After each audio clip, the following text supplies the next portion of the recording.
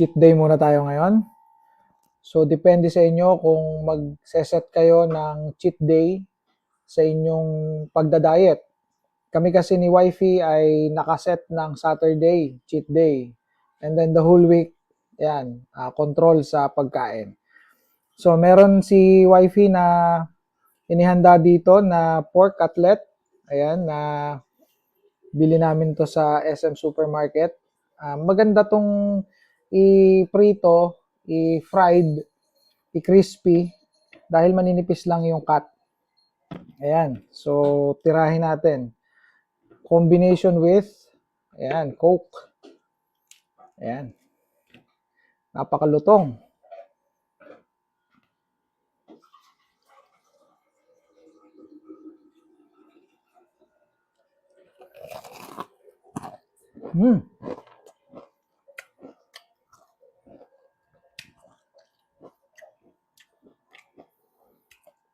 Satisfying.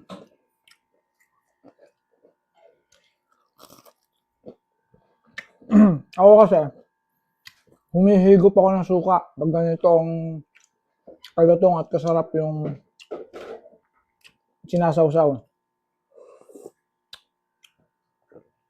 Matamis-tamis na maasim yung sukang tuba and ito, parang ang datingan ay chicharon na chicken skin na parang cracklings. Ayan. Parang chicken yung datingan. Pero pork yan. Tapos soft drinks. Coke.